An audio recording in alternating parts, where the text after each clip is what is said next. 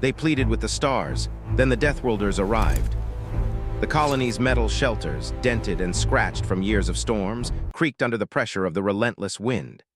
It was another day on the fringe world, another day of struggle, but the humans of Erivos had learned to survive. Or at least they tried. Captain Elena Vey stood on the ridge overlooking the settlement, her coat flapping wildly in the wind.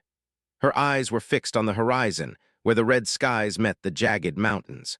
The view was breathtaking, but it was also a reminder of the harshness of their world. Erivos was unforgiving, and despite all their efforts, it was slowly winning. "Storms coming faster than predicted," said Ren Torval, the colony's chief scientist, adjusting the instrument strapped to his chest. His usually calm voice carried a hint of worry. "If it hits full force tonight, we'll lose at least 2 of the greenhouses. That's assuming the outer walls hold." Elena's jaw tightened. "We can't lose the greenhouses. We can't lose any more food. People are already getting weak." "If we lose the crops," her voice faltered and she shook her head. There was no time to finish the thought. Words couldn't carry the weight of their situation. From the edge of the ridge, a young scout named Kara approached, her small frame almost swallowed by the heavy coat she wore. "Captain, sensors picked up something," she said, pointing to a device in her hand. "Something unusual far away in orbit. I can't identify it." Elena raised an eyebrow. "Unusual? How unusual?" Kara glanced at Ren, who took the device and scanned the readings, his brow furrowed deeper. "This isn't a natural phenomenon," he said slowly. "Whatever this is, it's artificial, and it's approaching." Elena's stomach tightened. She had hoped that at least in the far reaches of space, they would not have enemies. But Erivos had always been on the edge of known space, where humans were few and scattered, where danger often came unannounced. The colony had already suffered many hardships. The planet's storms tore apart buildings, the soil was poor, and native creatures, though not overtly hostile, had a way of destroying supplies in moments. Supplies were limited, communication was weak, and help from other human worlds was rare. Erivos was a world humans didn't thrive on. They merely survived. And yet humans had hope. Even in the darkness, hope persisted. In the small communications hub, Elena, Ren, and Kara huddled over the colony's oldest transmitter. Its metal casing was battered, its circuits patched in dozens of places, but it still worked. It had to. Tonight it would carry their plea to the stars. Elena adjusted the controls. "This signal, it's more than just a call for help. It's a message to anyone out there who might hear us. We need help. We can't survive alone much longer." Ren looked at her skeptically. "Do you really believe anyone will answer? We're at the very edge of known space. Most civilizations, if they even exist, wouldn't even notice us." Kara, ever the optimist, smiled faintly. "Even if one listens, maybe that's enough. Maybe one civilization cares enough to send help." Elena stared at the blinking lights of the transmitter. She thought of the people in the colony, the children who had never seen another world, the adults who worked from dawn to dusk just to survive, the elderly who told stories of a home they had never known. Every one of them depended on this moment. Her hand hovered over the final button. "Then we do it," she said firmly. "We send our plea, no matter what comes, we at least try." With a deep breath, she pressed it. The transmitter hummed and crackled as the signal went out. A stream of encoded data, voices, images of the colony, maps of the planet, and recordings of daily life were broadcast across the stars. Outside, the wind continued to batter the settlement, and lightning cracked across the red sky. But inside the hub, a silence filled the room. A silence of waiting. Hours passed. The colony continued with its daily work, repairing shelters, tending crops, and checking supplies. Every so often, someone would glance up at the sky, hoping for a sign, hoping for anything. But the sky remained the same, red, harsh, and silent. Elena returned to the ridge as night fell, looking at the stars that glimmered faintly above Erivos. "Do you think they heard us?" Kara asked softly. Elena shook her head. "I don't know, but hope is not about knowing. It's about believing something is possible, even when everything says it is." The night passed without incident. But in the early hours, Ren noticed a faint anomaly in the readings. A small flicker far beyond the planet, something moving, something precise. "Captain, you should see this," he said, voice tight with unease. Elena joined him, and Kara peered over his shoulder. The anomaly grew clearer with each passing minute. It wasn't a meteor or a comet. It moved with purpose, controlled, almost intelligent. Kara swallowed nervously. "It's coming toward us." Elena's mind raced. They had sent a call for help, but what if this wasn't help? What if the universe had heard their plea and it had sent something they could not handle? But then a strange feeling settled over her. It wasn't fear, it was anticipation. Humans had survived worse than storms, worse than isolation, worse than impossible odds. And if the universe had sent something, maybe it was a test. Maybe it was an opportunity. She turned to Ren and Kara. Prepare the defenses. Not because we want to fight, but because we will face whatever comes with our heads held high. Whatever comes, humans survive. The first light of the approaching object pierced the atmosphere. It wasn't massive, at least not yet, but its shape was unlike anything the humans had seen. Sleek, angular, and shimmering with an energy that made the hair on their arms stand. Kara's voice trembled. "What is it?" Ren shook his head. "I don't know. But it's not here to negotiate. Whatever it is, it's observing us." Elena felt her pulse quicken. They were small, fragile, and yet undeniably human. They had faced storms, wild animals, and scarcity. They had survived every day of Erivos. And now, whatever came, they would face it the same way, together. The object hovered over the colony, silent and still. Its presence made the wind feel colder, sharper, and the night darker. The humans watched from below, uncertain but not afraid. Not yet. Elena whispered almost to herself, "We sent our plea to the stars, and now the stars have answered. Whatever comes next, we meet it as humans." And in that moment, beneath the harsh sky of Erivos, the first real test of humanity had begun. The strange object hovered silently over Erivos, casting a long shadow across the jagged cliffs and twisted metal shelters. The colony's residents watched in uneasy awe from below. Even the ever-curious Kara, who rarely showed fear, found herself gripping her coat tightly. Captain Elena Vey stood at the edge of the ridge, eyes locked on the shimmering form above. Her mind raced, analyzing every possibility. "It's not moving aggressively," she said, more to convince herself than anyone else. "It's watching." Dr. Ren Torval, who had been scanning the readings continuously, shook his head. "It's more than that, Captain. The energy patterns are complex, intelligent. Whoever or whatever this is, it's calculating." Kara frowned. "Calculating like thinking?" "Yes," Ren said quietly. "This is not a natural object. It's alive in a sense, or at least it has a mind behind it." Elena's jaw tightened. "Then we need to be ready.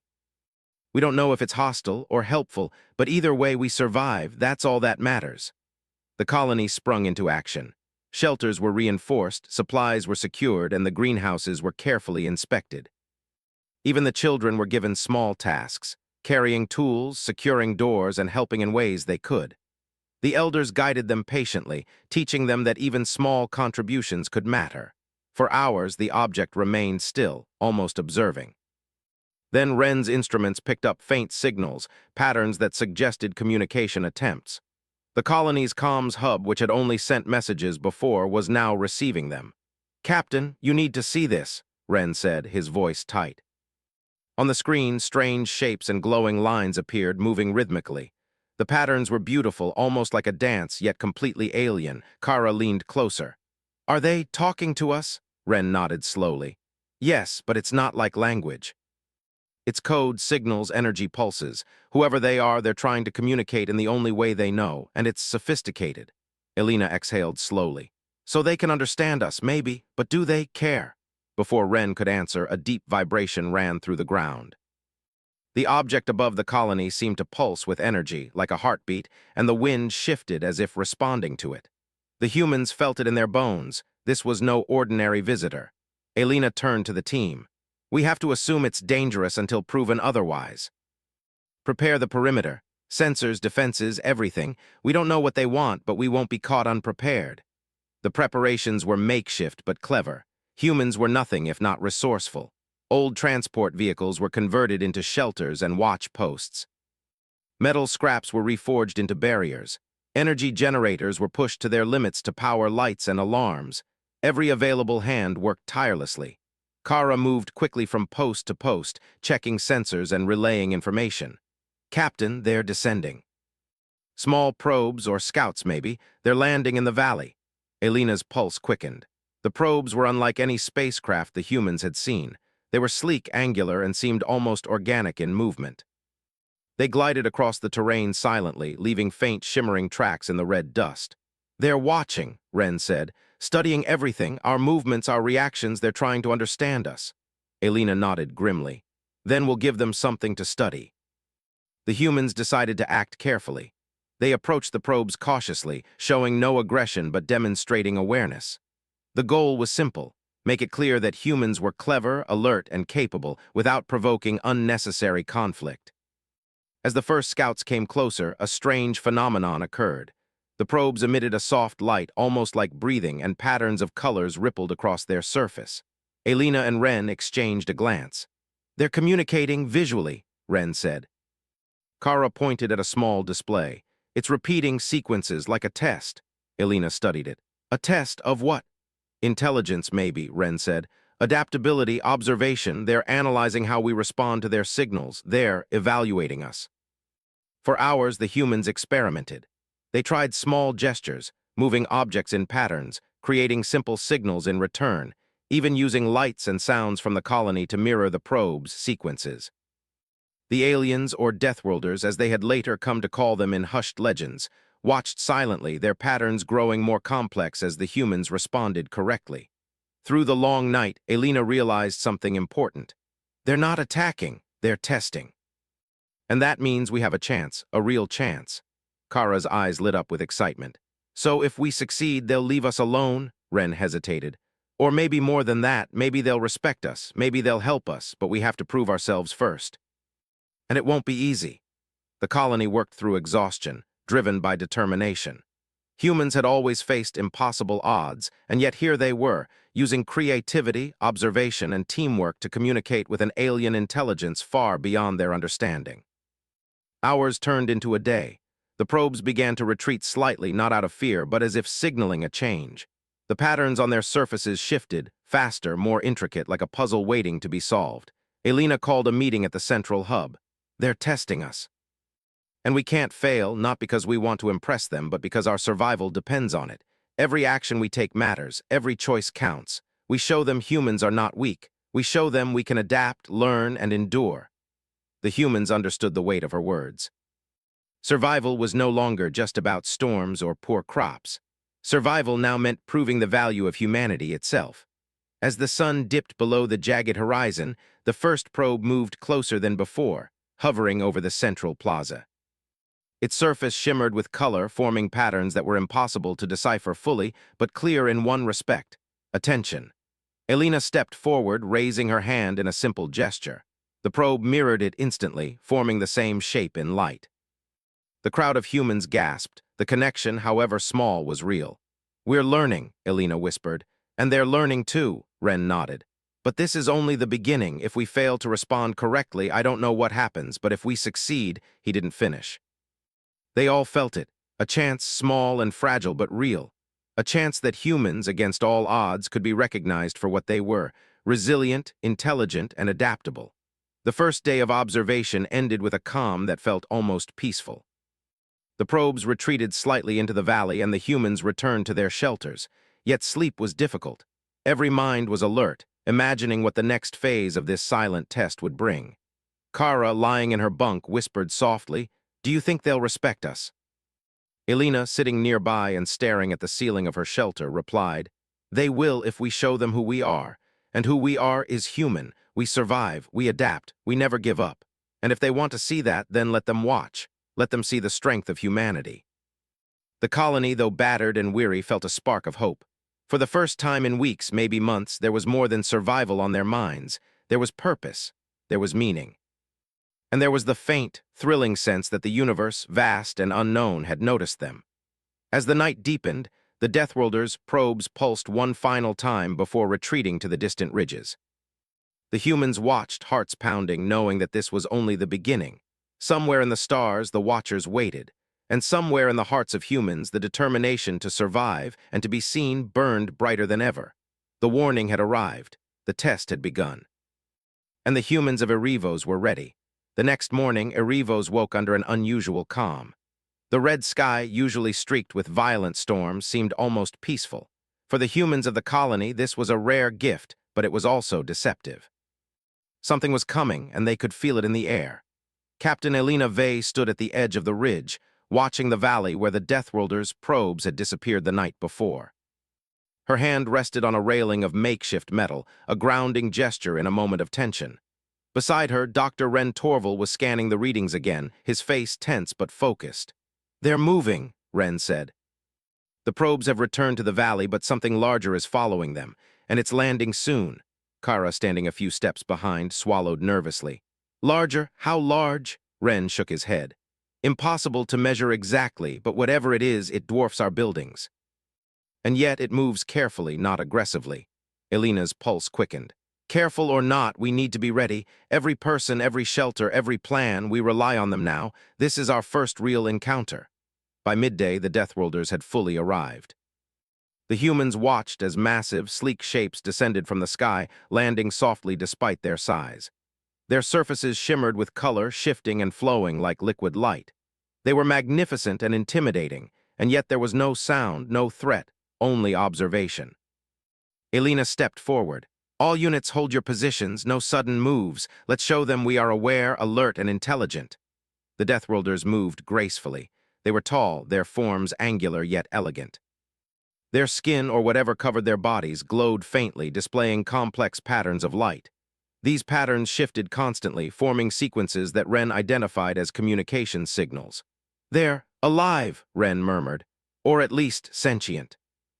They are observing, analyzing, and learning from us." Kara's eyes widened. "Do they understand us?" "They are trying to," Elena said, "and they will if we show them who we are. Calm, clever, adaptable humans, that's what they respect." The humans decided to approach carefully. Elena, Ren, and Kara moved toward the central plaza, carrying simple tools and items to demonstrate intelligence and creativity. The humans wanted to show that they could solve problems, adapt to challenges, and think independently, all traits the Deathworlders seemed to value. As they neared the massive alien forms, a strange phenomenon occurred. The patterns on the Deathworlders' surfaces shifted rapidly, responding to the humans' movements. It was as if they were studying every gesture, every action, interpreting intent. Kara held up a small light, moving it in a simple pattern. One of the Deathworlders mirrored her movement instantly, creating the same pattern in light across its surface. The crowd of humans gasped. The connection, however small, was real. Ren adjusted his device, trying to decode the patterns. "They are not just mirroring us. They are testing problem-solving, observation skills, and maybe courage. Every action we take is part of their assessment." Elena nodded. "Then we give them what they want. We show them humans are clever, adaptable, and brave. And above all, we show them we are not afraid." The first test came unexpectedly. One of the Deathworlders lowered an arm, or something that functioned like an arm, toward the ground. From it, a small, floating puzzle appeared, a cluster of glowing shapes hovering in midair. The humans instinctively understood that this was a challenge. Ren examined the shapes. "It's spatial reasoning. We have to arrange them to match their sequence. If we do it right, we pass the test. If not, I don't know what happens, but I suspect they will simply observe longer." Kara took a deep breath. "We can do this. We have to." Working together, the humans studied the patterns. Each shape had a distinct color and movement, and it responded to touch, or perhaps to proximity. After several failed attempts, they discovered the logic. Colors must align with movement sequences, forming a repeating cycle. Elena carefully moved a shape into position. Kara followed, adjusting another. Ren added the final piece. Slowly, the puzzle aligned, and the shapes floated into a perfect pattern. A wave of light spread across the Deathworlders' surface, brighter and warmer than before. "They noticed," Kara whispered. "They respect it," Elena corrected gently. "We succeeded, not because we are stronger, but because we are clever. Humans survive through intelligence, not just strength." The Deathworlders retreated slightly, then another appeared, presenting a new challenge. A narrow path across a glowing chasm in the valley. Objects floated in midair, forming steps, but they were unstable. The humans realized that this was a test of adaptability and coordination. "We cross together," Elena said firmly. "One step at a time, watch each other, communicate. That's how we survive." Step by step, they moved across the glowing chasm. Each step required balance, observation, and trust. A single misstep would have meant failure, but the humans worked together seamlessly. Even Kara, who had been hesitant, moved confidently under guidance. When they reached the other side, the Deathworlders' patterns pulsed in recognition. It was not applause, humans had nothing like it, but it was acknowledgement. The test was complete. The humans had proved their adaptability, coordination, and courage. Ren let out a relieved sigh. They're impressed, or at least satisfied for now. Elena glanced around the plaza, seeing the expressions on her team's faces, relief, awe, and a growing sense of pride. This is only the beginning, she said. But we are learning, we are showing them what humans can do. And that matters more than anything. The day continued with similar trials. The Deathworlders did not speak in words, but every test was meaningful. Humans had to solve logical puzzles, navigate terrain that would challenge the most experienced explorers, and even improvise solutions to unexpected obstacles. Each success was recorded in the glowing patterns of the Deathworlders' bodies. Through it all, the humans learned more about themselves. They discovered strength in teamwork, creativity in problem-solving, and courage in the face of uncertainty. Even simple actions, helping a teammate, making a quick decision, or noticing a subtle pattern, were celebrated in the silent, glowing acknowledgement of the Deathworlders. By evening, the trials paused. The Deathworlders stood at the edge of the plaza, their bodies shimmering in a display of radiant light. The humans gathered around, exhausted but exhilarated. They had faced the first true challenge of contact, and they had succeeded. Elena approached one of the Deathworlders carefully. She raised her hand again, a simple gesture of recognition and respect. Slowly, the alien mirrored her movement, forming the shape perfectly in glowing light. It was clear. The humans had passed the first phase. Kara whispered, her eyes wide. They understand us. They really do. They understand enough to see who we are, Elena said softly. And who we are is resilient, clever, and unafraid to face challenges. That is why we survive. That is why we matter. Ren adjusted his devices to record the patterns, noting every shift, pulse, and movement. They are teaching us as much as we are proving ourselves, he said. This is not just a test. This is contact, first contact in the truest sense. As night fell, the Deathworlders retreated to the valley, leaving the humans to gather in the central plaza. For the first time in weeks, there was no fear, only awe, excitement, and a shared sense of accomplishment. Elena addressed the colony. We have faced something greater than storms, greater than scarcity, and we have succeeded. Not because we are perfect, not because we are strong, but because we are human. We learn, we adapt, we survive, and now the universe is watching us. The universe knows we are here. Kara smiled, exhausted but bright-eyed. Do you think they'll come back? Elena looked at the stars above Erivos, shimmering faintly behind the clouds. I don't know, but I do know this: if they do, we'll be ready, and when they do, we'll show them even more. We are human. And that is enough to earn respect, even from the stars. The first contact had been made, and the humans of Erivos, though weary, had begun a journey that would test their courage, intelligence, and spirit in ways they had never imagined. The Deathworlders were no longer distant watchers. They were participants, observers of the human spirit. And the humans, in turn, were learning that survival was not just about living, it was about thriving, even when facing the unknown. As the night deepened and the red sky darkened, the humans of Erivos knew one thing for certain. They were not alone, and their story had only just begun. The sun rose over Erivos, painting the jagged cliffs and red plains in streaks of gold and crimson. The humans of the colony, though exhausted from the previous day's encounters, were ready for what they knew would come next. The Deathworlders were still in the valley, their shimmering forms moving slowly, almost gracefully, as if observing every detail of the human settlement. Captain Elena Vey stood at the central plaza, watching the patterns of light ripple across the alien forms. She could feel it in her bones. Today's tests would be different. The first challenges had been puzzles and simple displays of ingenuity. Today, it would be about survival. Adaptability, creativity under pressure. Prepare the teams, Elena ordered. We've proven we are intelligent. Now we need to show them we can endure, adapt, and work together under the most difficult circumstances. Every obstacle matters, Doctor. Ren Torval adjusted his instruments. They've set the coordinates already. The first trial starts beyond the lava plains near the crystal swamps. Terrain is unpredictable, dangerous. But we can do this if we cooperate. Kara, already excited despite her fatigue, nodded. Let's show them what humans can do. I'm ready. The humans gathered what they could carry: tools, sensors, maps, and emergency supplies. Vehicles were repaired and reinforced, and small teams were assigned for communication, observation, and support. They moved cautiously toward the first trial site, aware that every step would be observed. The lava plains were as treacherous as Ren had predicted. Streams of molten rock cut through the terrain, glowing orange and flowing unpredictably. The ground shook intermittently, and the air shimmered with heat.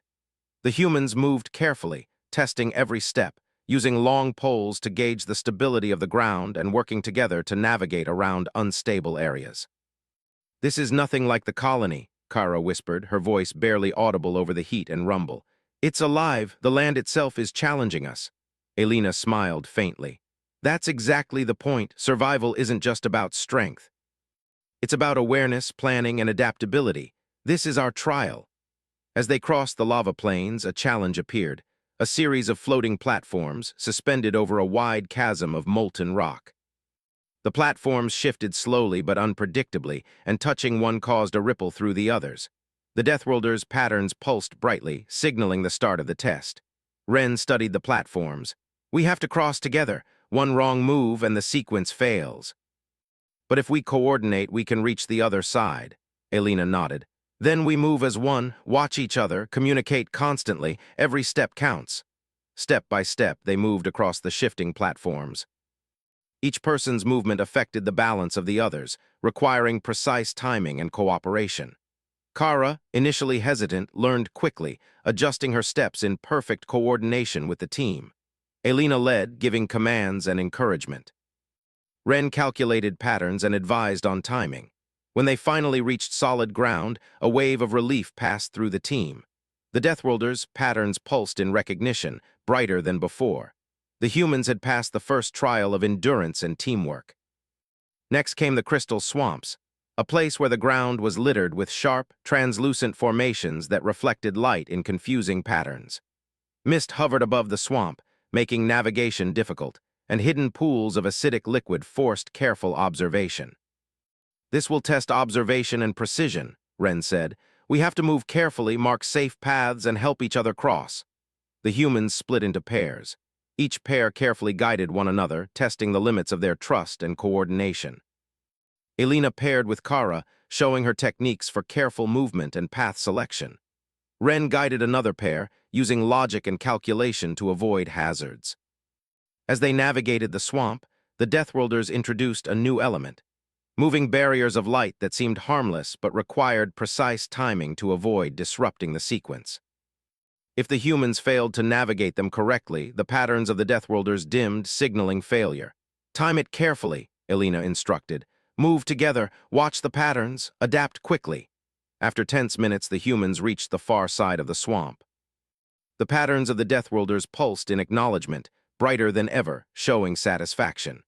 The humans had survived not just the environment, but the challenges of coordination, observation, and careful planning.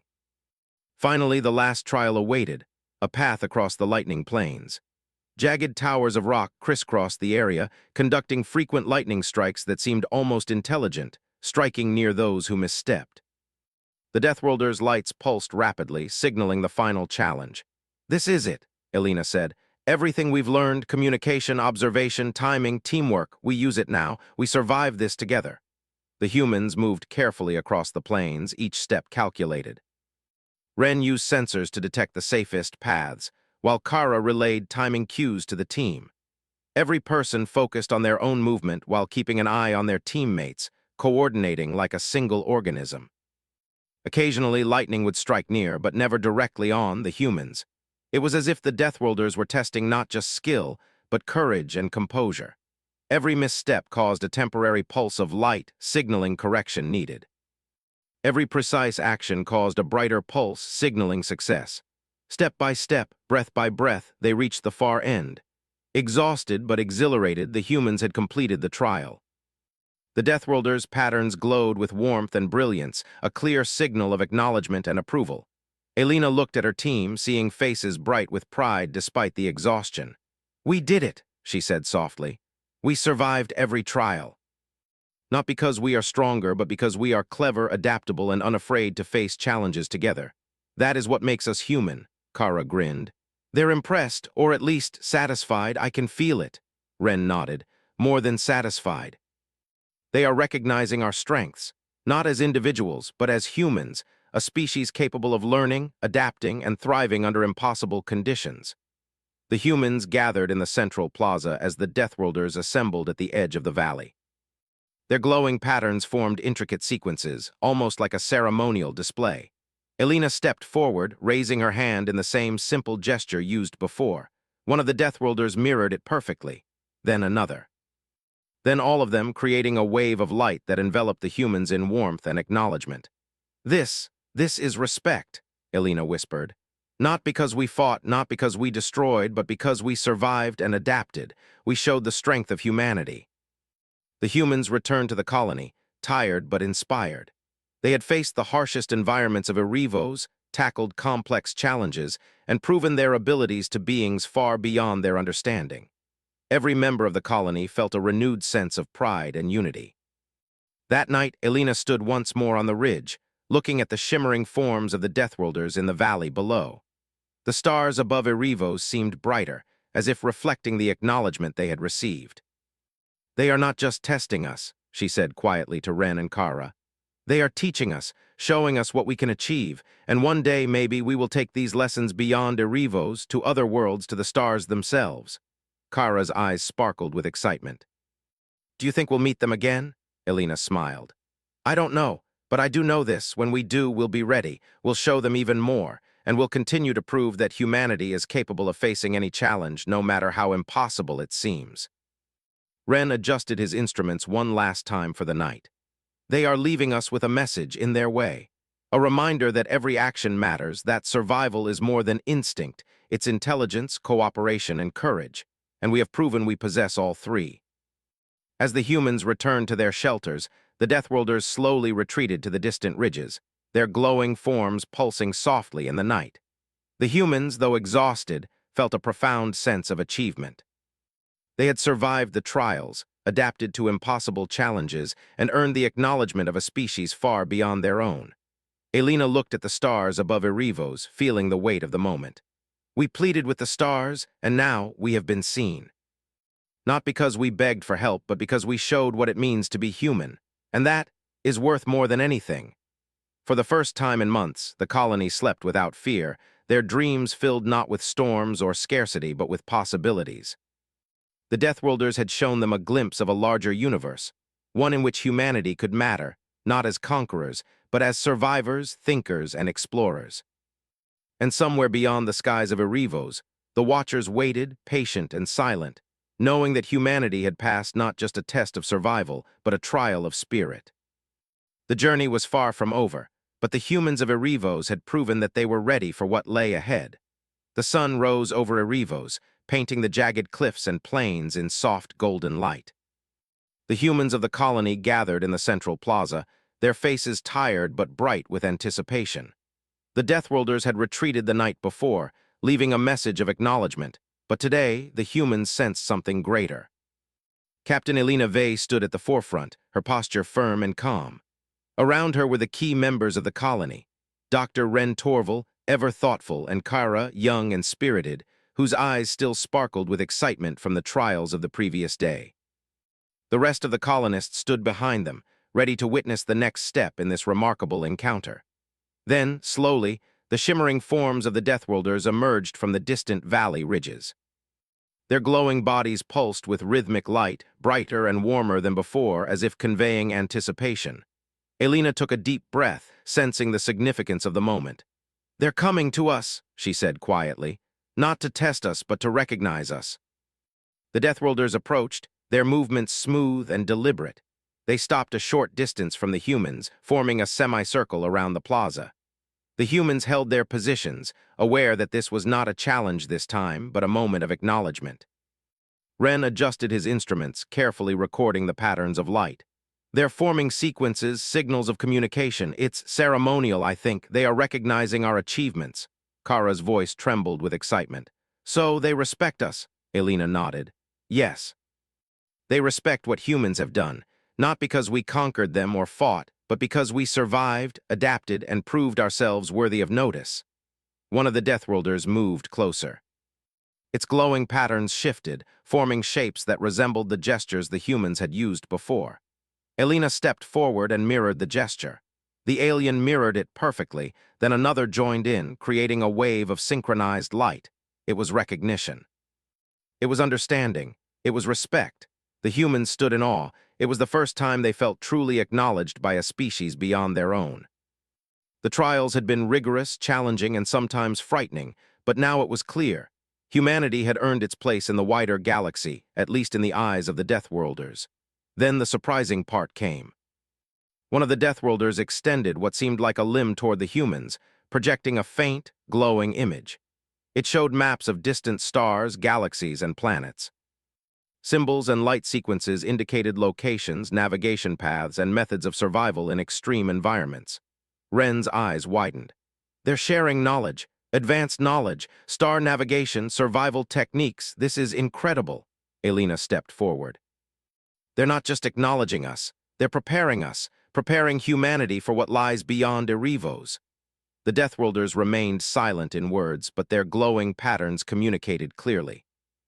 They were offering tools, understanding, and guidance to those who had proven themselves capable. It was more than respect, it was mentorship. Kara looked around at the other humans, excitement radiating from her. We can explore now, we can survive anywhere. They're giving us a chance to grow beyond Erevos. Elena placed a hand on Kara's shoulder. Not just survive, Kara, thrive. We've learned that humans are strong not because of strength alone, but because we adapt, we cooperate, and we never give up. That is why they have chosen to share this with us. The Deathworlders' patterns shifted again, forming intricate sequences that conveyed a sense of finality. Their trials were complete, and their acknowledgement was absolute. They had recognized humans not as weak or helpless, but as intelligent, capable, and resilient. Elena addressed the colony. Listen to me. Today is more than a victory. Today is a reminder that humanity matters. Not because we are the strongest, but because we are clever, adaptable, and willing to face challenges without fear. We've shown the universe who we are. The colonists cheered softly, mindful of the solemnity of the moment, yet filled with pride and joy. They had endured storms, scarcity, and impossible challenges. They had faced beings far beyond their comprehension, and they had earned recognition. Then, a gesture from the Deathworlders. The maps and sequences shimmered one last time and pointed to a distant star cluster. It was an invitation, a subtle suggestion that humans, if they were willing and capable, could explore beyond Erevos, could venture further into the galaxy, and could meet more civilizations. Ren whispered, awestruck, "It's a path to the stars. And they believe we can follow it." Elena's eyes gleamed. Not just believe, they trust us. They trust humans to take this knowledge, learn, and survive, and one day, maybe we'll return the favor to others just as they have done for us. Kara raised her eyes to the glowing Deathworlders. I think this is what it means to truly be human, to be brave, clever, and worthy of respect, not just from each other, but from the universe itself. Elena smiled. Exactly, Kara, that is what we have proven. That is what we will carry with us always. The Deathworlders began to retreat slowly, their glowing forms fading into the distance. It was not a departure in anger or dismissal, but a graceful exit, leaving the humans with the knowledge, tools, and confidence they needed. Elena watched them go, feeling a sense of profound gratitude. We pleaded with the stars, and they answered, not in the way we expected, but in the way we needed. The colony returned to its daily life, but nothing would ever be the same. Humans now had new knowledge, new purpose, and a renewed sense of unity. They knew they had earned the acknowledgement of beings far beyond their understanding, and they carried that respect with pride. In the following days, Elena, Ren, and Kara worked with the colony to study the shared knowledge. Maps of distant star systems were decoded, survival techniques adapted to their world, and methods for predicting storms and natural hazards improved the safety of Erevos. The colonists marveled at the possibilities. For the first time, they looked at the stars not with fear or longing, but with understanding. Humanity had been recognized, and that recognition was a promise. The universe would notice those who were capable, who were resilient, and who dared to survive. Elena gathered the team one evening, overlooking the glowing plains of Erevos. "Remember this moment," she said. "We survived the impossible, adapted to the unknown, and earned respect where none was expected. We are human, and humans endure, humans thrive. And now, we are ready for whatever the universe has to offer." Kara looked at the sky, stars twinkling faintly behind the clouds. Do you think other civilizations are watching too? Elena smiled. Perhaps, and if they are, they will see what we have shown. Humans are clever, resourceful, and strong in ways that cannot be measured by strength alone. We will survive, we will adapt, we will matter. Ren, still adjusting instruments, added quietly, "The universe is vast, but we are ready. The Deathworlders taught us that, and now it's up to us to take it further." That night, the colony slept beneath the familiar red sky of Erevos, but their dreams were filled with stars, possibilities, and hope. They had pleaded with the universe, faced its trials, and emerged not as weak survivors, but as humans worthy of acknowledgement, capable of thriving in even the most impossible conditions. The Deathworlders were gone, but their influence remained. The humans of Erevos knew one truth above all. Survival was not just about enduring, it was about proving the value of being human. And in that, they had triumphed. When the first light of dawn touched the cliffs, Elena, Ren, Kara, and the rest of the colony looked up at the horizon. For the first time, they did not see a harsh, red sky. They saw a path to the stars. The stars had answered, and humanity had been heard.